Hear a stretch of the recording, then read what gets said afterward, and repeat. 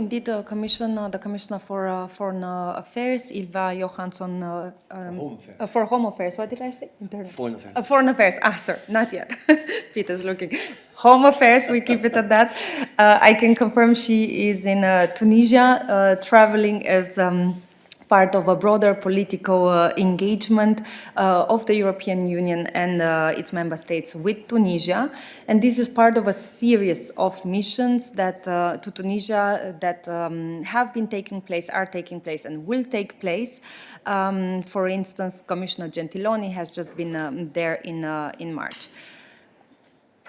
I can also further expand on the scope of the mission if you want, but this is what I can say to you as regards her presence there. Follow-up on this, you need to remember that Commissioner Johansson we specified Commissioner for Home Affairs. So I don't know if you're speaking specifically about support in that area or more generally, but we will let Anna give you a bit of an overview. Yes, I think I will just give a very generic response, but obviously, I mean, we have very different instruments to support partner countries, including when it comes to Tunisia, of course. You are very much aware that we are waiting to see if Tunisia is also able to close an agreement with the IMF when it comes to a potential additional macrofinancial assistance package on the European Union side.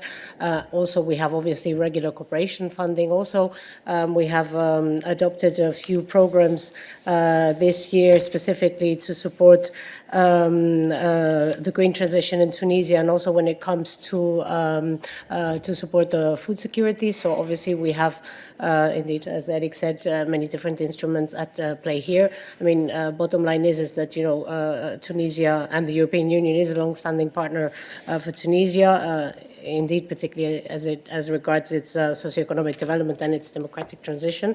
Yes, notwithstanding the challenges that we obviously see in Tunisia, the European Union remains a reliable partner for Tunisia and continues to stand by the Tunisian people, investing in its citizens and its socioeconomic fabric. So this is what I can say to you.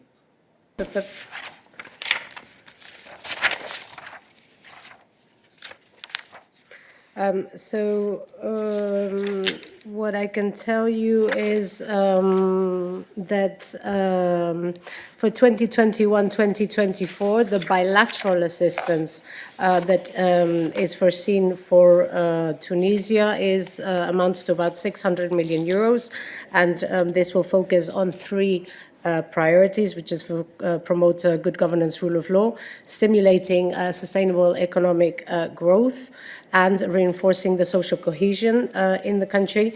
And out of this, I can tell you that we have already adopted a first program to support environmental action worth 50 million euros, and also a program to basically mitigate the consequences of the COVID-19 pandemic for 100 million euro additionally. And for when it comes to 2022, we have also adopted a few programs that are very much supporting the education sector, and as I mentioned at the beginning of the intervention, in order to support when it comes to food security in the country. No, that is not correct. This is bilateral cooperation projects and programs that we have just discussed here. In parallel, there's discussions between Tunisia and the International Monetary Fund, and that's an agreement between them on a program of reforms would allow for the Commission to then potentially see for a macrofinancial assistance program to support Tunisia. So basically, the bottom line is there's a precondition that Tunisia would need to close first an agreement with the IMF on a package of comprehensive reforms.